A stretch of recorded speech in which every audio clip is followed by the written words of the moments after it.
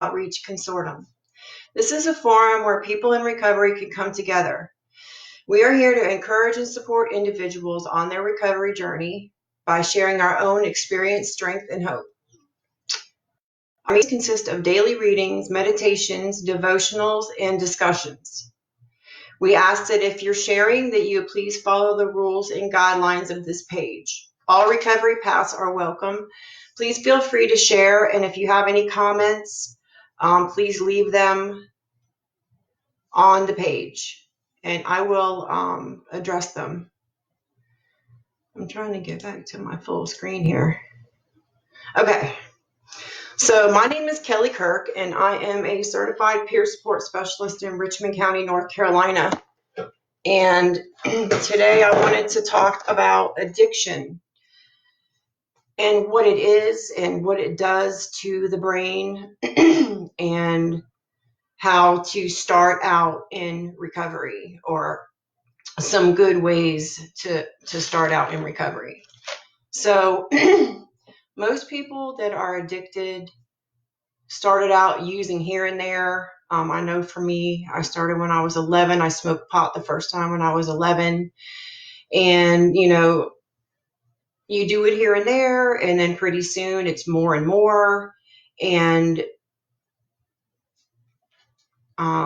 you want it more and more. And it's like, the more you take it, the more you like the feeling, and you start liking it so much that you would rather be under the influence than not be under the influence. And it becomes like a habit, and you start looking for it. You have to have it to feel regular and normal, and you have to have it to function. And, that's when, when the drugs become a lifestyle for you, that's when the brain disease begins.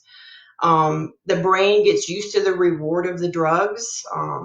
Those are powerful chemicals, and that feel-good feeling that your brain feels, it's a reward. And when you don't take the drugs, then your brain doesn't reward that, and you feel bad, you feel sick, you feel down. So your brain rewards the brain when you take those chemicals into your system. And when you stop, the emotional results are really harsh and uncomfortable. So when you flood the brain with drugs, your brain adapts, and that's why you need more and more. Your brain is like, okay, well, you're putting all these feel-good chemicals in here. I guess we don't have to make our own feel-good chemicals anymore, since you're putting them in the brain artificially. And so then, your brain doesn't make as much dopamine and endorphins as it did before you started using the drugs. And pretty soon, you're full-blown addicted, and your brain is now impaired. Without the drugs, your brain is impaired. Your brain adapts to the drugs, and it needs more and more to feel any pleasure at all.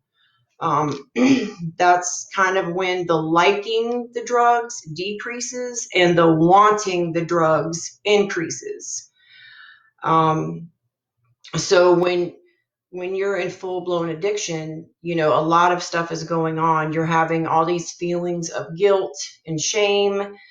You don't know why you can't stop using, but you keep using even though you're losing, your relationships, and you might lose a job or a house or all your money, and you're kicking yourself because you don't know why this is happening, and you're justifying things to yourself, and you're making excuses, and it's a mess. It's a mess. I need to see something.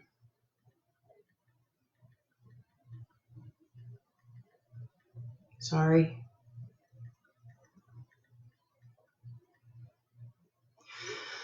So I was looking online today, and I was reading like the science on it, and it shows pictures of, the addict's brain, and then it shows pictures of a normal brain.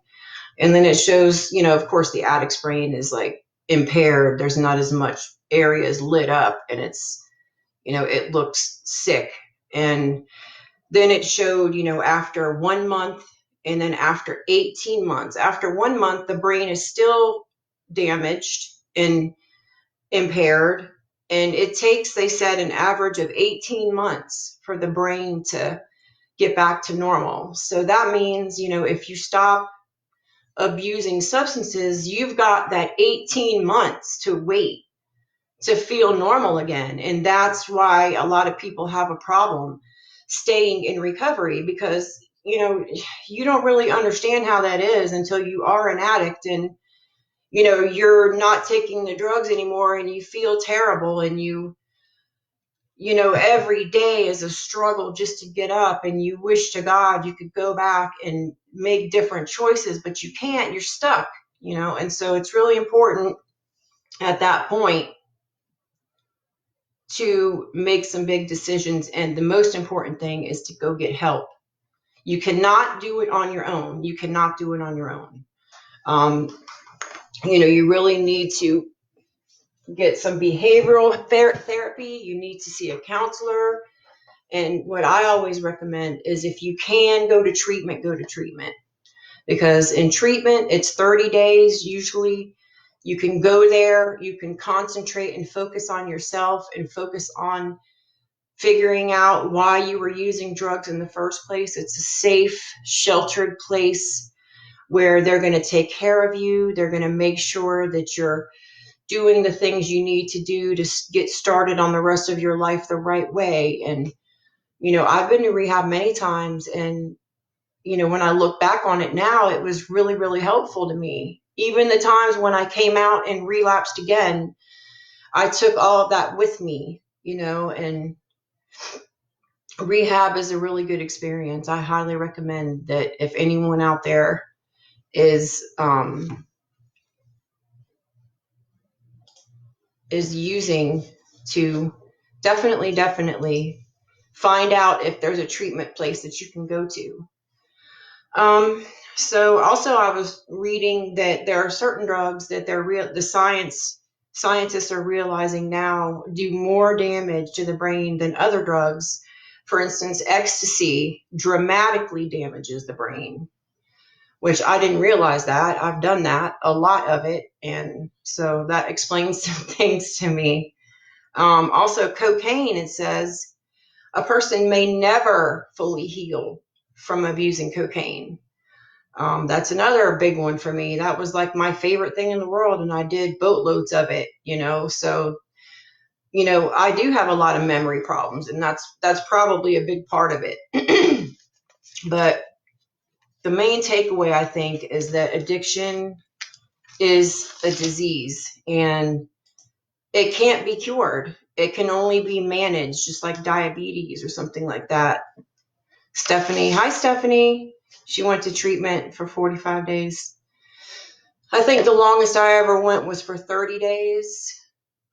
I think I went the first time when I was 13, then I went when I was 17, and then I had a long period of time where I was doing pretty good until my 30s, and then I went like 4 more times, and the last time I went was 5.5 years ago, almost 6 years ago, and that was the one that I really stuck with. And I decided at my age and everything, and after everything I had been through, that I wasn't going to go back to that. I had to figure out a way to not do that. And that's why I'm always talking about your thinking and changing your thinking and changing your habits. And because that's what I was not doing. I was not changing anything about myself except for stopping using, and that was my downfall every single time.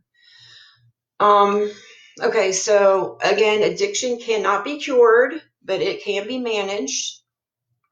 I think a person has to really sit down and honestly look at yourself, and objectively, and you have to be honest with yourself, and do some deep diving into the way that you think about things and why you do the things you do. And like for me, I was like, where does my thinking style come from? Like, why do I assume certain things in certain situations, and should I be doing that? And just, if you can really think about how you function all day, your thought processes. You can kind of correct some things that are getting you into trouble, Um, and you really have to clean the slate and start over and rethink everything, because obviously you were doing some things wrong. And so if you can, really take an honest look at yourself and take it easy on yourself. I mean, don't be hard on yourself. But if you think about, hi, Miss Karen, if you think about some of the things maybe that get you into trouble, like if it's your mouth or your attitude, um, or you have pride, or you take offense easy, or you get stressed out and filled with anxiety really easy. Those can all be triggers that, were causing you to use, it's important to just start out with a clean slate. And like for me, that's where God really came in, because I'm going to go religious here for a minute. So if that offends anybody, just know it right now. But for me, like, I was born again when I was like 7. I mean, I know I was young, but I knew what was happening. And so I always knew that I needed to get back to God. I always knew that that's what was missing for me. And I was trying to fill this hole in my soul by all these drugs that were making me temporarily feel good, and with drugs, it's never enough. That's the thing. You might feel good that very minute, but it's a demanding disease. It never ends, and it takes and takes from you, and you give so much to it, and until it just takes everything.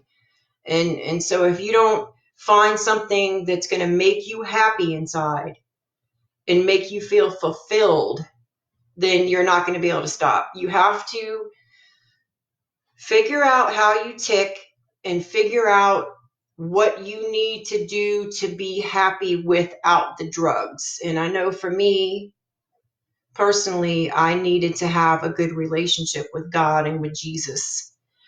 And, it's like a lot of people either like grow up being forced to go to church and they don't want to go to church when they get older because they were forced, or they see other people in church that are hypocrites and that's a turnoff, or where they have this image that God is like this harsh, strict being that's up there keeping score, and he, everything we do wrong, he wants to punish us and stuff. And that's not, in my mind, who he is. He is a loving God. He loves us. We're his children.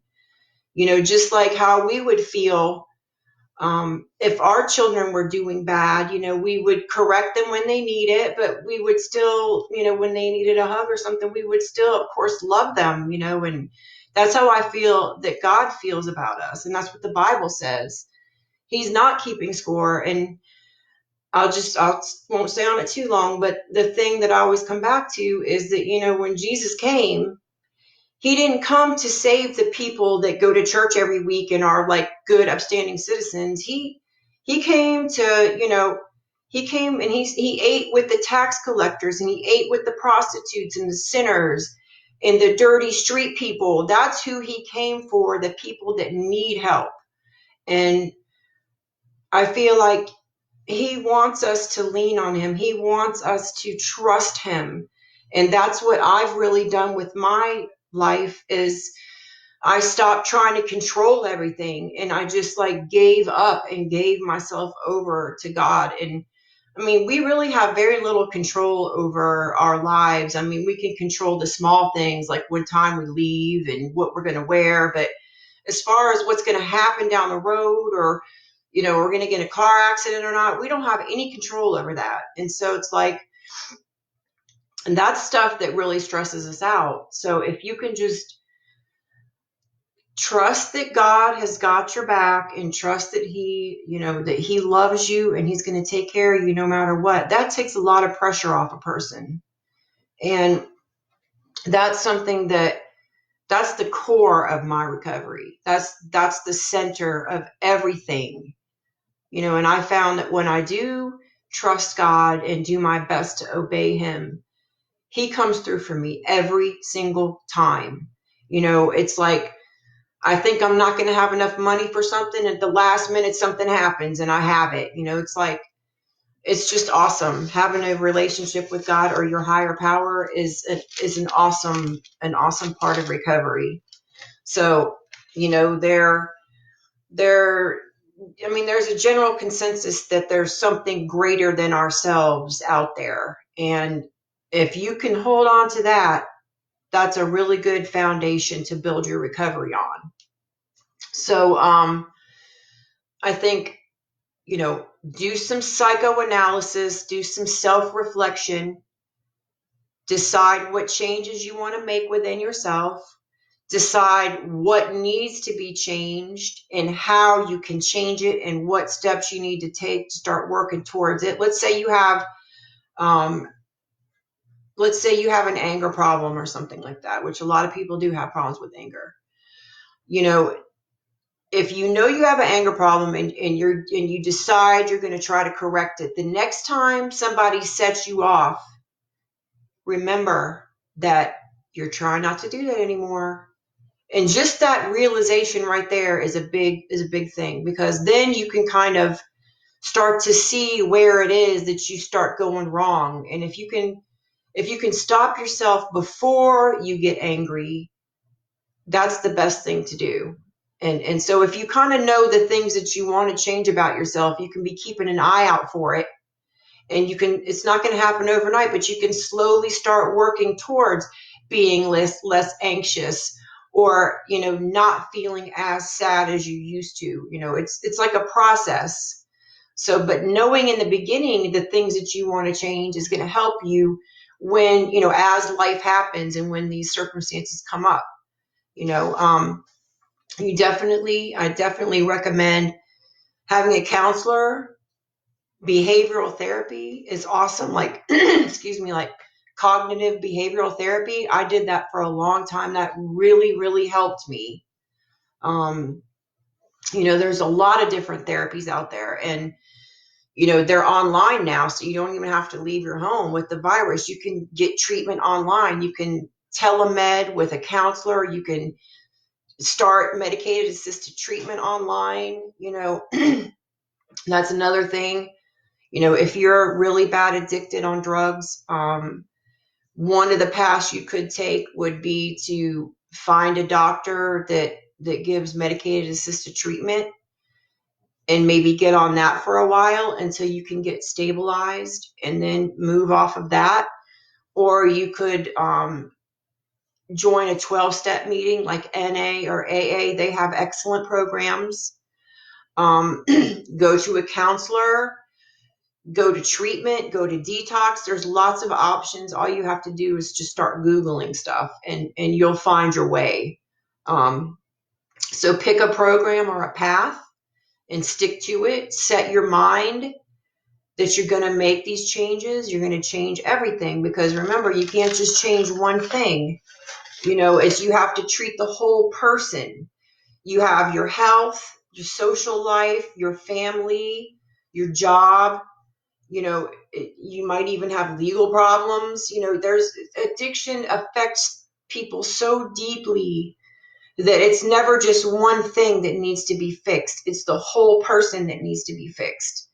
So if you can work with someone, a professional, and make a plan, whether it's rehab or outpatient or medicated assisted treatment or 12-step programs, make a plan and then take baby steps, take it easy on yourself, and just work your program, do the best you can.